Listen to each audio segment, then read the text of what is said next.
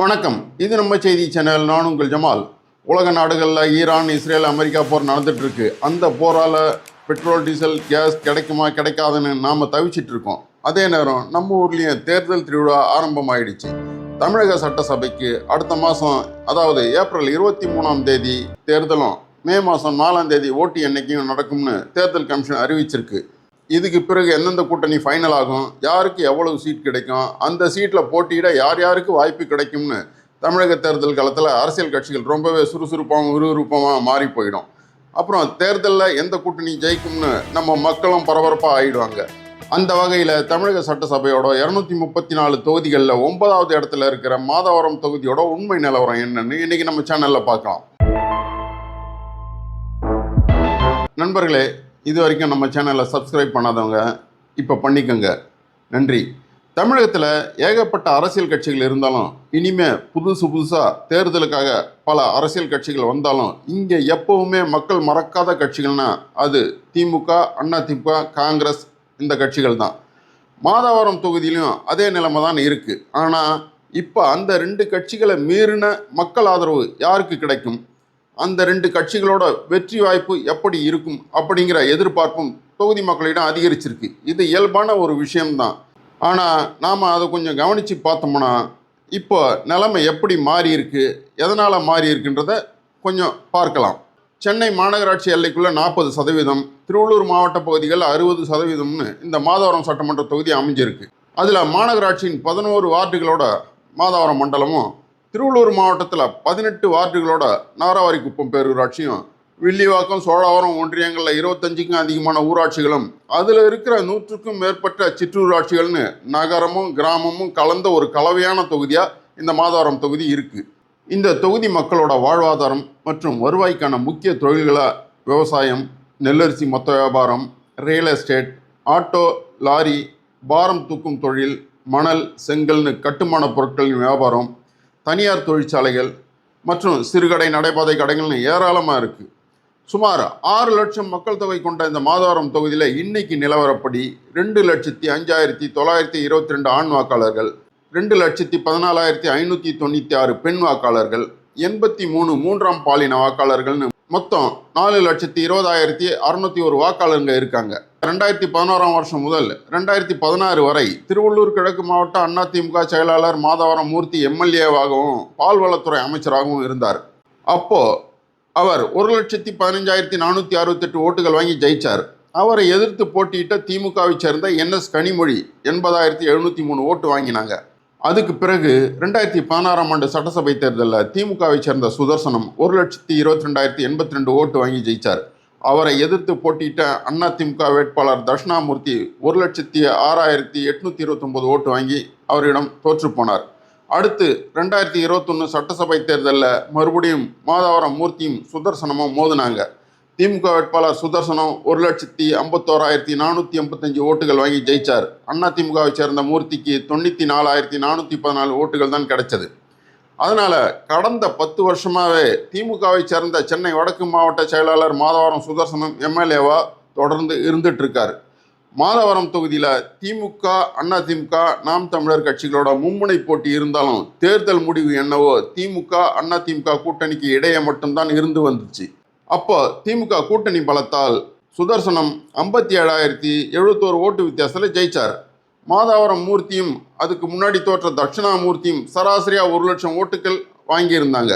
போன முறை போலவே இந்த முறையும் அதிமுக பாரதிய ஜனதா கூட்டணி தமிழகத்தில் தொடருது. அதே நேரம் திமுக ஏற்கனவே இருந்த கூட்டணி கட்சிகளோட மக்கள் நீதி மையம், தேமுதிகன்னு இன்னும் சில கட்சிகளை சேர்த்து 20க்கும் அதிகமான கட்சிகளோட ஒரு மெகா கூட்டணியாக உருவாகி இருக்கு. இந்த சட்டமன்ற தேர்தலில் வழக்கமான மும்முனை போட்டியோட நடிகர் விஜயின் தமிழக வெற்றி கழகம் கட்சியும் சேர்ந்து 4 முனை போட்டியாக மாறி இருக்கு. அது மாதவரம் தொகுதியில் ஒரு புது சூழ்நிலையை உருவாக்கி இருக்கு. இந்த தொகுதியில் வழக்கம் போல் இந்த முறையும் திமுக, அதிமுகவே நேரடியாக மோதுமா, இல்லை அரசியல் காரணங்களுக்காக கூட்டணியில் உள்ள மற்ற கட்சிகளுக்கு இந்த தொகுதி கை மாறுமான்னு அடுத்த சில நாட்களில் தெரிஞ்சிடும். ஆனாலும் 3வது முறையாக தொகுதியை தக்க வச்சுக்கணும்னு திமுக எம்எல்ஏ சுதர்சனமும் 10 வருஷத்துக்கு பிறகு தொகுதியை மறுபடியும் கைப்பற்றியே ஆகணும்னு மாதவரம் மூர்த்தியும் மக்களை சந்திச்சிட்டு இருக்காங்க. அதுக்காக மறைந்த முதல்வர் ஜெயலலிதாவின் 78வது பிறந்தநாள் நலத்திட்ட உதவிகள் வழங்கிய விழா, விளையாட்டு போட்டிகள் பரிசீலிப்பு விழா, அதிமுக பொதுச் செயலாளர் பழனிசாமி அவர்கள் தமிழக முதல்வராக வரணும்னு வேண்டுதல் விழான்னு அதிமுகவும், அதே போல தமிழக முதல்வர் ஸ்டாலின் அவர்களின் 73வது பிறந்தநாள் நலத்திட்ட உதவிகள் வழங்கும் விழா, விளையாட்டு போட்டிகள், பொதுக்கூட்டம், அரசு கட்டடங்கள் திறப்பு விழான்னு பல்வேறு நிகழ்ச்சிகளை திமுகவும் தேர்தல் தேதி அறிவிக்கிறதுக்கு முன்னாடியே நடத்திட்டாங்க. இப்படி பல நிகழ்ச்சிகளுக்கு பெரிய அளவில் மக்கள் கூட்டம் சேர்ந்தாலும் அதெல்லாம் அந்தந்த கட்சிகளுக்கான ஓட்டாக மாறுமான்னு கேட்டால் அதுக்கான பதில் அந்த மக்களிடம்தான் இருக்கு. அதற்கு காரணம் எல்லோருமே உள்ளூர்வாசிங்க. அங்கே இருக்கிற அரசியல்வாதிகளின் அழைப்புக்காக அவங்க அந்த நிகழ்ச்சிகளுக்கு வந்து போனாங்க. குறிப்பாக இந்த தொகுதியின் 60% வாக்காளர்களை கொண்ட ஊராட்சிகளின் கிராம பகுதிகளில் திமுக, அதிமுக, நாம் தமிழர் கட்சிகளையும் மீறி முதல் முறையாக ஓட்டு போடும் ஜென்சி ஓட்டர்களான கல்லூரி மாணவ மாணவிங்க, இளைஞர்கள், இளம்பெண்கள்னு 10 முதல் 15% பேர், அப்புறம் தங்களுக்கான அடிப்படை வசதிகளுக்கான பிரச்சனைகளை தீர்க்காத அரசு அதிகாரிகள், ஆளுங்கட்சியினர் மற்றும் தங்களுக்கு ஆதரவாக குரல் கொடுக்காத எதிர்கட்சியான அதிமுகன்னு எல்லோர் மேலேயும் அதிருப்தியில் இருக்கிற ஒரு 4-5% பேர்னு சுமார் 20% பேர் சமீப காலமாக தமிழக வெற்றி கழகத்தின் ஆதரவாளர்களாக மாறிக்கிட்டு இருக்கிறத பார்க்க முடியுது. ஏற்கனவே 2021ஆம் ஆண்டு சட்டமன்ற தேர்தலில் 4,54,327 வாக்காளர்கள் இருந்தபோது 10 சுயேட்சை வேட்பாளர்கள் உட்பட திமுக, அதிமுக, நாம் தமிழர் கட்சி, அம்மா மக்கள் முன்னேற்ற கழகம், நோட்டா, பகுஜன் சமாஜ் கட்சி வேட்பாளர்கள்னு மொத்தம் 21 பேர் இந்த தொகுதியில் போட்டியிட்டாங்க. ஆனாலும் திமுக, அதிமுக, நாம் தமிழர் கட்சிகளின் மும்முனை போட்டியில் 3,02,700 ஓட்டு பதிவாச்சு. இப்போ 4,20,601 வாக்காளர்கள் இருக்கும் நிலையில் இன்னும் கொஞ்சம் கூடுதலாக ஓட்டு பதிவாகும்னு அரசியல் கட்சியினர் எதிர்பார்க்குறாங்க. இந்த முறை 4 முனை போட்டிங்கிறதால ஆளும் கட்சி, எதிர்கட்சின்னு 2 கட்சிகளின் மேலே இருக்கிற அதிருப்தியால் திமுக மற்றும் அதிமுக கூட்டணி வேட்பாளர்களின் வெற்றி வாய்ப்பு குறைந்தபட்ச ஓட்டு வித்தியாசத்தில் கொஞ்சம் கை நழுவி போகக்கூடிய நிலையும் இருக்குன்னா தொகுதி மக்கள் பேசிக்கிறாங்க.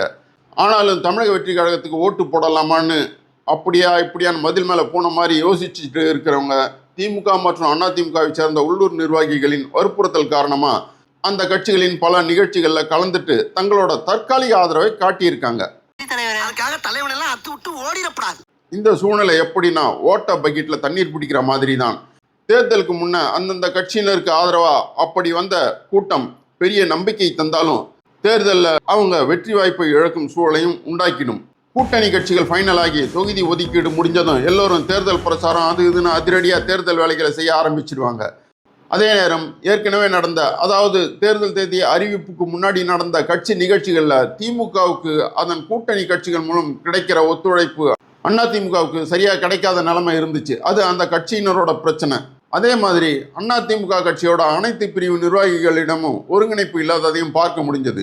குறிப்பிட்ட நிர்வாகிகள் தவிர மற்ற பிரிவு நிர்வாகிகளுக்கு இதுவரை கட்சி நிகழ்ச்சிகள் பற்றிய தகவல் தெரியலையா, இல்லை தெரிஞ்சும் நமக்கு எதுக்குன்னு சொல்லிட்டு ஒதுங்கி இருக்காங்களான்னு தெரியலை. ஆனால் குறிப்பிட்ட சில நிர்வாகிகள் அவங்க மாவட்ட செயலாளர் எதிரில் வெற்றி பெறுவோம்னு கோஷம் போட்டாலும் முழு மூச்சா மக்களை சந்திக்காமல் கோட்டை விட்டுருக்காங்க. இந்த மாதிரியான நிலையால் போன 4.5 வருஷமா அதிமுகவின் உள்ளூர் நிர்வாகிகள் பலரும் தங்கள் பகுதி மக்களோட தொடர்பில் இல்லாமல் ஒதுங்கியே இருந்துட்டாங்க. குறிப்பாக மக்களின் அடிப்படை தேவைக்குரிய பிரச்சனையான மழை வெள்ள பாதிப்புகள் ஏற்படும் போது அவங்களுக்கு உதவ முன்வராததும், ரேஷன் கார்டு, வீட்டு மனைப்பட்டா, மழைநீர் வடிகால்வாய், பாதுகாப்பான சாலை, போதிய பஸ் வசதிகள் இல்லாமல் அவதிப்படும் தங்களுக்கு ஆதரவாக அவங்க குரல் கொடுக்காம ஒதுங்கியே இருந்தாங்கன்றதும் தொகுதி மக்களோட அதிருப்திக்கான முக்கிய காரணமாக இருக்குது. அதெல்லாம் உண்மைதான்ற மாதிரி மாதவரம் தொகுதியில் மக்கள் பிரச்சனைகள் நிறையவே இருக்குது. சென்னை மாநகராட்சிக்கு உட்பட்ட மாதவரம் மண்டலத்தில் சொத்து வரியை குறைக்கணும் அப்படிங்கிற கோரிக்கை 10 வருஷமாக இருக்குது. இது தவிர குடிநீர் வரி வசூல் பண்ணாலும் தேவையான தண்ணி கிடைக்காத நிலை தான் இன்னும் அங்கே இருக்குது. அப்படியே இந்த தொகுதியோட திருவள்ளூர் மாவட்டத்தில் இருக்க நாராவாரிக்குப்பம் பேரூராட்சிக்கு போனால் அங்கே ஜிஎன்டி ரோட்டில் 2 பக்கமும் 17 கோடி ரூபாய் மதிப்பில் 1 கிலோமீட்டர் தூரம் மழைநீர் வடிகால்வாய் போட்டாங்க. அதில் 300 அடிக்கு கால்வாயே போடாமல் கணக்கை முடிச்சிட்டாங்க. அரை மணி நேரம் மழை பெஞ்சாலும் அந்த ரோட்டில் படகு விடலாம், அவ்வளவு தண்ணி தேங்கும் அந்த பிரச்சனையால். பேரூராட்சியில் இருக்கிற குடியிருப்பு பகுதிகளில் 3 நாளைக்கு ஒரு முறை தான் குப்பை எடுக்கிறாங்க. பேரூராட்சியிலேருந்து பொது குடிநீர் குழாய் வழியாக தினமும் 1 மணி நேரம் தண்ணீர் விடுறாங்க. அதுக்கான பெரிய டேங்க் பக்கத்தில் தான் பொது கழிப்பிடமும் இருக்குது. அதாவது செங்குன்றம் தலைமை பஸ் நிலையம் பின்னாடி. அந்த பொது கழிப்பிடம் சரியான பராமரிப்பு இல்லை. அதுலேருந்து படையெடுக்கிற புழுக்கள் குடிநீரில் கலக்குது. இதனால் பொதுமக்கள் சுகாதார சீர்கேட்டுக்கு ஆளாகிறாங்க. அது மட்டும் இல்லை, ரெட் ஹில்ஸ், புள்ளி லைன், தீர்த்தங்கரையம்பட்டு ஊராட்சிகளில் இருக்கிற அரிசி ஆலைகளில் தினமும் பல டன் அளவுக்கு விதிகளை மீறி உமியை எரித்து நெல்லவியல் வேலை நடக்குது. அதுக்கு விறகு தான் யூஸ் பண்ணணும். ஆனால் விறகு விலை அதிகம்னு விலை குறைவாக கிடைக்கிற உமியை வாங்கி அவங்க எரிக்கிறதுக்கு யூஸ் பண்ணுறாங்க. அதனால் வெளியாகிற உமி சாம்பல் தூசு 1/2 கிலோமீட்டர் சுற்றளவில் இருக்கிற வீடுகளில் பரவி குடிநீர் சாப்பாடுன்னு கலந்து அங்கே வசிக்கிற ஜனங்களோட உடல்நலத்தை பாதிக்குது. அந்த ஜனங்க தோல் நோய், மூச்சு திணறல், தொடர் இருமல், கண் பார்வை பாதிப்புன்னு பல வகையான நோய்களுக்கு ஆளாகி இன்னைக்கும் அவதிப்பட்டு இருக்காங்க. ரெட் ஹில்ஸ் ஜிஎன்டி ரோட்டில் 2 பக்கமும் பிளாட்ஃபார்ம் கடைகளோட ஆக்கிரமிப்பு. அதனால் போக்குவரத்து நெரிசல், விபத்துன்னு நெருக்கடியான நிலைமையும் இருக்குது. அதே போல் தீர்த்தக்கரையம்பட்டு ஊராட்சி, அஷ்டலட்சுமி நகர், குமரன் நகர், விவேக் அக்பர் அவென்யூ, விளாங்கடுப்பாக்கம் ஊராட்சி எல்லாம் வருஷம் மழை வெள்ளத்தில் மூழ்கிடும். அப்பெல்லாம் அங்கே உடம்பு சரியில்லாமல் இருக்கிறவங்க, வயசானவங்க, மாற்றுத்திறனாளிங்க, குழந்தைகள்னு யாருமே ஹாஸ்பிட்டலுக்கு கூட போக முடியாத நிலை தான் இருக்குது. ஜனங்க வீட்டை விட்டு வெளியே வர முடியாத நிலையில தவிப்பாங்க. அப்புறம் ஃபயர் சர்வீஸ்லேருந்து வந்து ரப்பர் படகுல 10-15 பேரை காப்பாற்றி வெளியே கொண்டு வருவாங்க. அந்த நேரத்தில் மாதவரம் தொகுதி எம்எல்ஏ, மாவட்ட அமைச்சர், திருவள்ளூர் மாவட்ட அதிகாரிகள்னு வந்து பார்த்துட்டு அடுத்த வருஷம் இந்த பிரச்சனை இருக்காதுன்னு உறுதி அளிச்சுட்டு அவங்களுக்கு நம்பிக்கை கொடுத்துட்டு போவாங்க. ஆனால் என்ன காரணமோ தெரியல, இன்னமும் அதே நிலைமை அப்படியே தான் இருக்குது. அந்த விஷயத்தில் எதுவுமே மாறலை. இன்றைக்கும் மக்கள் கஷ்டப்பட்டுட்டு தான் இருக்காங்க.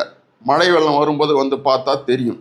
இது தவிர புள்ளி லைன் ஊராட்சியில் ஊருக்குள்ளே டாஸ்மாக் கடையும், அத்தியாவசியமான பொருட்கள் கொடுக்குற ரேஷன் கடை ஊருக்கு வெளியேவும் இருக்குது. அதனாலேயும் ஜனங்க ரொம்ப கஷ்டப்படுறாங்க. அதே மாதிரி இந்த தொகுதியில் இருக்கிற மோரை ஊராட்சி, புதிய கன்னியம்மன் நகரில் அரசு புறம்போக்கு இடங்களை சிலர் ஆக்கிரமித்து அப்பாவி ஜனங்கிட்ட வித்துடுறாங்க. அதிகாரிங்க நடவடிக்கை எடுக்க வரும்போது அவங்க தான் பாதிக்கப்படுறாங்க. ஆனால் இது வரைக்கும் அப்படி எந்த அதிகாரியும் வந்து நடவடிக்கை எடுக்கலை. அதனால் அரசு புறம்போக்கு இடத்தை ஆக்கிரமித்து விற்கிறவங்க எந்தவித தங்கு தடை இல்லாமல் அவங்க தொழிலை பார்த்துட்டு இருக்காங்க. அப்புறம் அதே பகுதியில் அரசு பள்ளிக்கூடம் நடக்கிற இடத்துக்கு பக்கத்திலேயே சுடுகாட்டை அமைச்சு பசங்களோட எதிர்காலத்தையும் நாசமாக்குறாங்க. இதையெல்லாம் தடுக்கவோ சரி செய்யவோ சம்மந்தப்பட்ட அதிகாரிங்க யாரும் இது வரைக்கும் முன் வரலை. இந்த மாதிரி தொகுதி முழுக்க ஏகப்பட்ட மக்கள் பிரச்சனைகள் இருக்குது. அதிக அளவில் பொதுமக்களை சந்திக்கிறவங்க ஆட்டோ ஓட்டுறவங்க. அவங்க என்ன சொல்கிறாங்கன்னா, தங்களோட முக்கியமான கோரிக்கையாக மீட்டர் கட்டணத்தை உயர்த்தணும், நல வாரியத்தில் பதிவு செய்தவங்களுக்கு உதவித்தொகை வழங்கணும், மாதவரம் தொகுதியில் சோழவரம் அருகே ஆட்டோ நகரம் அமைக்கணும்னு கேட்டுக்கிறாங்க. தமிழகத்துக்கு தஞ்சாவூர் எப்படி ஒரு நெற்களஞ்சியமோ அது மாதிரி தான் சென்னை, திருவள்ளூர், காஞ்சிபுரம் மாவட்டங்களுக்கான முக்கிய வர்த்தக நெல்லரிசி வியாபார மையமாக இந்த மாதவரம் தொகுதியோட ரெட் ஹில்ஸ் இருக்குது. இங்கே நெல்லரிசி மொத்த வியாபார மார்க்கெட் அமைஞ்சிருக்கு. நெல்லரிசி மார்க்கெட்டுக்கு தமிழகம், ஆந்திராலேருந்து தினமும் 150 லாரிகள் டிராக்டரில் 2000 - 3000 டன் அளவுக்கு நெல் வரத்து இருக்குது. அப்படி வர்ற மொத்த வண்டியும் ஜிஎன்டி ரோட்டில் தான் நிறுத்த வேண்டியிருக்கு. இந்த நெல்லரிசி வியாபாரத்தை நம்பி லாரி டிரைவர், கிளீனர், மூட்டை தூக்கும் தொழிலாளர்கள், நெல்லரிசி இடைத்தரகர்கள், நெல் அரிசி வியாபாரிகள், டீ கடை, சின்ன சின்ன ஓட்டல் தொழிலாளர்கள்னு 25,000 பேரும் அவங்களோட குடும்பங்களும் இருக்காங்க. நெல் ஏற்றி வர லாரிகளால் ஜிஎன்டி சாலையில் போக்குவரத்து நெரிசல், விபத்துகள் ஏற்படுது. அதனால் இந்த வியாபாரத்தை காலையில் 8:30 மணிக்கெல்லாம் முடிக்க வேண்டிய நிலைமையும் இருக்குது. அப்போ வியாபாரம், தொழில்னு எல்லாமே பாதிக்குது. இந்த பிரச்சனைக்கு தீர்வு காண நெல் மார்க்கெட்டுக்கான தனி இடத்தை அரசாங்கம் தங்களுக்கு ஒதுக்கி தரணும்னு அவங்க நீண்ட நாளாக கோரிக்கையை வச்சுட்டு இருக்காங்க. ஆனால் இது வரைக்கும் அந்த கோரிக்கையை தொகுதி எம்எல்ஏவோ அரசோ கண்டுக்கவே இல்லைன்னு வருத்தப்படுறாங்க. அப்படி தனி இடம் கிடைச்சி சென்னைக்கு இன்னும் நெல் வரத்து அதிகரித்தா அதனால் வேலை வாய்ப்பும் அதிகரிக்கும், அதே நேரம் அரிசி விலையும் குறையும்னு சம்மந்தப்பட்டவங்க சொல்கிறாங்க. தொகுதியில் மேற்கண்ட பிரச்சனைகள் பற்றி பாதிக்கப்படுற ஜனங்க புகார் கொடுத்தாலும் அரசு அதிகாரிங்க கண்டுக்கிறதே இல்லை. எதிர்கட்சியான அதிமுகவும் ஜனங்களோட பிரச்சனைகளுக்காக குரல் கொடுக்கறது இல்லை. இந்த பிரச்சனையெல்லாம் தேர்தலுக்கு பிறகாவது சீராகணும்னு மக்கள் ரொம்ப எதிர்பார்க்குறாங்க. ஆனாலும் இப்படி தொகுதி முழுக்க பஸ் வசதி இல்லை, ஹாஸ்பிட்டல் வசதி இல்லைன்னு கிராமத்து ஜனங்க நிறைய பிரச்சனைகளால் 2 கட்சிங்க மேலேயும் வெறுத்து போய் அவங்க வேற வழி இல்லாமல் இப்போ கொஞ்சம் கொஞ்சமாக விஜய் கட்சியோட ஆதரவாளர்களாக மாறிட்டு வர்ற நிலைமையும் ஏற்பட்டு இருக்கு. அதனால் ஊதுற சங்கை ஊதி வைப்போம், கேட்குறவங்க காதில் கேட்டால் சரி. மாதவரம் தொகுதியோட தற்போதைய உண்மையான நிலைமை இதுதான். இந்த வீடியோவை பார்த்த நீங்கள் மாதவரம் தொகுதியை சேர்ந்தவர்னா ஒரு வாக்காளராக இந்த தொகுதியோட நிலவரம் எப்படி இருக்குன்னு உங்கள் கருத்தை சொல்லுங்கள். இன்னும் அந்த தொகுதியோட புது கள நிலவரங்களை அடுத்த வீடியோவில் பார்க்கலாம். நன்றி, வணக்கம். திருவள்ளூர் மாவட்ட ஆட்டோ தொழிலாளர் சங்கம் CITU மாவட்ட பொதுச் செயலாளர் M. சந்திரசேகரன். இன்றைக்கு தமிழக அரசுக்கு நாங்கள் வைக்கக்கூடிய வேண்டுகோள், குறிப்பாக இன்றைக்கு ஆட்டோ தொழிலாளருடைய வாழ்வாதாரம் மிகவும் கேள்விக்குறியாகி கொண்டிருக்கிறது. தமிழக அரசு ஆட்டோ தொழிலாளரை பற்றி கொஞ்சம் கூட கவலைப்படவில்லை. குறிப்பாக இந்த செங்குன்றம் பகுதியில் நாங்கள் ஆட்டோ நகர் உருவாக்க வேண்டும் என்று பல்வேறு காலமாக ஆர்டிஓ சம்பந்தப்பட்ட அதிகாரிகளுக்கு மனு கொடுத்துருக்கோம். ஆட்டோ நகரை உருவாக்கினால் இந்த பகுதியில் இருக்கக்கூடிய ஆட்டோ தொழிலாளர்கள் நூற்றுக்கணக்கான ஆட்டோ தொழிலாளர்கள் பயன்பெறுவார்கள். இங்கேருந்து எதுவாக இருந்தாலும் நாங்கள் செந்தாரிப்பேட்டை இப்படி தான் சென்னைக்கு தான் போய் நாங்கள் எல்லாமே செய்ய வேண்டியிருக்கு. ஆனால் அந்த ஆட்டோ நகர் உருவானால் பல்வேறு கட்ட தொழிலாளர்கள் பயன்பெறுவார்கள்ன்றது ஒரு கோரிக்கை. அதே மாதிரி பார்த்தீங்கன்னாக்கா இன்றைக்கு சென்னை திருவள்ளூர் சென்னை உட்பட பார்த்தீங்கன்னாக்கா 1,70,000 80,000 ஆட்டோக்கள் இன்றைக்கி புதுசாக ஓடிட்டுருக்கு. ஆனால் இன்றைக்கி நிலைமைக்கு ஆட்டோ தொழில் என்பது எந்த ஒரு இதுவும் இல்லாமல் ஓலா, ஊபர், ரேபிடோ போன்ற பன்னாட்டு நிறுவனங்களால் தாறுமாறாக இன்றைக்கி ஆட்டோ தொழில் பாதிக்கப்பட்டுக்குது. உதாரணத்துக்கு 2013 உயர்த்தின அந்த மீட்டர் கட்டண உயர்வு என்பது இது வரைக்கும் உயர்த்தலை. மீட்டர் கட்டண உயர்வு என்பது எல்லா விலைவாசியும் ஏறிக்கொண்டிருக்குது. ஆனால் ஆட்டோக்காரர்களுடைய வாழ்வாதாரம், ஆட்டோக்காரருடைய மீட்டர் கட்டணம் என்பது உயரலை. இதற்காக நாங்கள் கடந்த மாதம் 24ஆம் தேதி தமிழ்நாடு முழுவதும் அனைத்து தரப்பட்ட ஆட்டோ தொழிலாளர்களும் அணி திரட்டி எங்களுக்கு மீட்டர் கட்டணம் வேண்டும், ஆன்லைன் அபராதத்தை ரத்து செய்ய வேண்டும், அதே போன்ற 15 ஆண்டுகால வண்டிகளுக்கு எஃப்சி உயர்த்திய கட்டணத்தை வாபஸ் வாங்க வேண்டும் என்ற பல்வேறு கோரிக்கை வைத்து போராடினோம். அதுக்கு ஒரு தற்காலிகமாக 3 மாதத்துக்கு எஃப்சி கட்டணத்தை நாங்கள் உயர்த்த மாட்டோம், மே மாதத்துக்கு அப்புறம் நாங்கள் அதை உயர்த்துற மாதிரி நிறுத்தி வச்சுருக்காங்க. அதை முழுவதுமாக ரத்து செய்ய வேண்டும் என்பது தான் தொழிலாளியுடைய கோரிக்கை. அதோடு மட்டும் இல்லாமல் இப்போ இருக்கக்கூடிய காலகட்டத்தில் இன்றைக்கி பெட்ரோல், டீசல், கேஸ் விலை பார்த்திங்கன்னா இந்த பன்னாட்டு உலக நாடுகள் சண்டை நடக்கும்போது எங்கேயோ இருக்கிற உலக நாடுகள் சண்டை நடந்தாலும் இங்கே இருக்கக்கூடிய சென்னையில் இருக்கக்கூடிய தமிழ்நாட்டில் இருக்கக்கூடிய தொழிலாளர்களை பாதிக்க அனைத்து விதமான தொழிலாளர்கள், அது ஆட்டோ, ஹோட்டல், டீ கடை போன்ற அனைத்து தொழிலாளர்களும் பாதிக்கக்கூடிய ஏற்பாடு என்பது இருக்குது. இதற்கு இன்றைக்கி எரிபொருள் தட்டுப்பாடு என்பது ஏறிட்டுக்குது. இன்றைக்கி நாள்தோறும் பார்த்தீங்கன்னாக்கா ஒரு நாளைக்கு ஒரு ரேட்டு.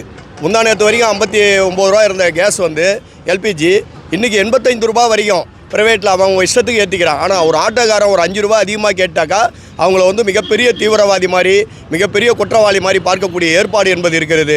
இந்த தொழிலை பாதுகாக்க வேண்டும். ஆட்டோ தொழிலாளர்களுக்கும் நலவாரியத்தில் பதிவு செய்த ஆட்டோ தொழிலாளர்களுக்கு குறிப்பாக இன்றைக்கு இருக்கக்கூடிய சூழ்நிலைக்கேற்ப அவங்களுடைய வாழ்வாதாரத்தை பாதுகாக்க வேண்டும் என்று நம்மால் முடிந்ததை அந்த தொழிலாளிக்கு ஏதாவது அரசாங்கம் உதவி செய்ய வேண்டும். இன்றைக்கு தமிழ்நாடு முழுவதும் உழைக்கின்ற வர்க்கமாக இருக்கக்கூடிய சிஐடி ஆட்டோ தொழிலாளர்கள் பல்வேறு கோரிக்கை வைத்து போராடி கொண்டிருக்கிறோம். எங்களுடைய கோரிக்கையை தமிழக அரசும் ஒன்றிய அரசும் செவிமடுத்து கேட்க வேண்டும்.